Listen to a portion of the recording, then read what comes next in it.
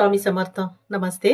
ज्योतिष kitchen and recipe मध्ये आपले सगळ्यांचे मी खूप खूप अगदी मनापासून स्वागत करते. आजची आपली रेसिपी आहे हेल्दी, पौष्टिक आणि खमंग अशी थालीपीठाची भाजणी करते मी आज. त्यासाठी मी काय काय साहित्य घेतले दाखवते. इथे मी ज्वारी घेतली आहे. हे 2 वाट्या भरून ज्वारी घेतले. ही ज्वारी थोडी जास्त घ्यायची सगळ्या साहित्यापेक्षा. इथे मी 2 वाटी ज्वारी घेतली आहे.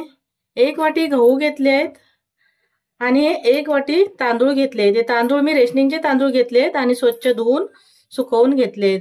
बाकी आपल्याला हे सगळं पुसून घ्यायचंय. इथे मी 1 वाटी नाचणी घेतली आहे. ही बाजरी घेतली 1 वाटी. 1 वाटी चणा डाळ घेतली आहे. पोहे घेतले आहेत. इथे मूग घेतले आहे. मी मूग घेतले इथे अख्खे मूग. जर तुम्हाला मूग नसेल घ्यायचे आणि मुगाची डाळ घेतली तरीही चालेल. आणि इथे मटकी घेतली 1 वाटी आहे. हे आपल्याला स्वच्छ निवडून कपड्याने पुसून घ्यायचे आहे. इथे मी 2 चमचे धने घेतलेत. 1 चमचा बडीशोप घेतली आहे. 1 चमचा जिरा घेतलाय. मसूरची डाळ घेतली मी इथे आणि 2 चमचे साबुदाणे घेतलेत. आपल्या थालीपीठला खमंग असे म्हणजे चिकटपणा येण्यासाठी. हे 2 चमचा उडदाची डाळ घेतली आहे. अर्धा चमचा मेथी घेतली आहे. 10 ते 12 काळी मिरी घेतली आणि 1 चमचा ओवा घेतलाय. इथे मी गॅसवर कढई ठेवली आहे आणि गॅस आपल्याला कमी ठेवायचा आहे. ज्वारी घालून घेते मी. हे कमी गॅसवर आपल्याला खमंग असे भाजून घ्यायचे. इथे ज्वारी घातली, गॅस कमी केलेला आणि मस्त असं खमंग भाजून घेतली मी ज्वारी.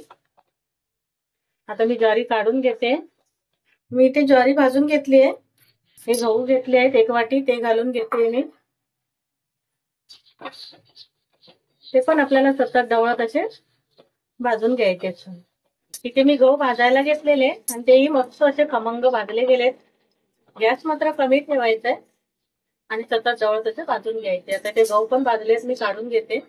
इथे मी गहू भाजून घेतले. आता हे तांदूळ घेते भाजायला. जशी ज्वारी भाजली, गहू भाजले तसेच आता मी तांदूळ पण असं भाजून घेते व्यवस्थित.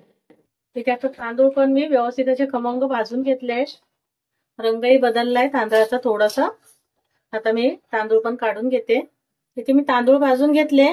ते चणा डाळ आहे ती पण भाजून घेते.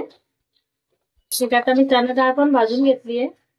भाजणी कशी व्यवस्थित व्हायला पाहिजे, त्याच्यामुळे आपल्याला 2 ते 3 महिने जरी ठेवलं पीठ तरी खराब होणार नाही भाजणीचं.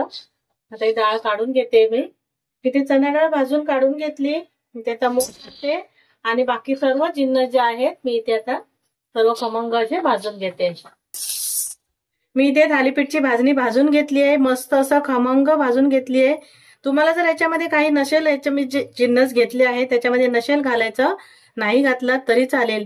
किंवा आपल्याकडे कडधान्य उरलेले असतात महिन्याच्या अखेरला, त्याचे सर्व कडधान्य थोडं थोडं घ्यायचं आणि अशी मस्त खमंग अशी थालीपीठची भाजणी करून ठेवायची. भरपूर प्रोटीन असं भेटतं. अशी मुलं खायला मागत नाही, त्याच्यामुळे कसं पोटात जाईल त्यांच्या. आणि मस्त असं थालीपीठ बनवून बघा. माझी रेसिपी जर तुम्हाला आवडली असेल तर लाईक करा, शेअर करा, सबस्क्राईब करा. पुन्हा भेटू नवीन एका व्हिडिओ सोबत. तर थँक्यू.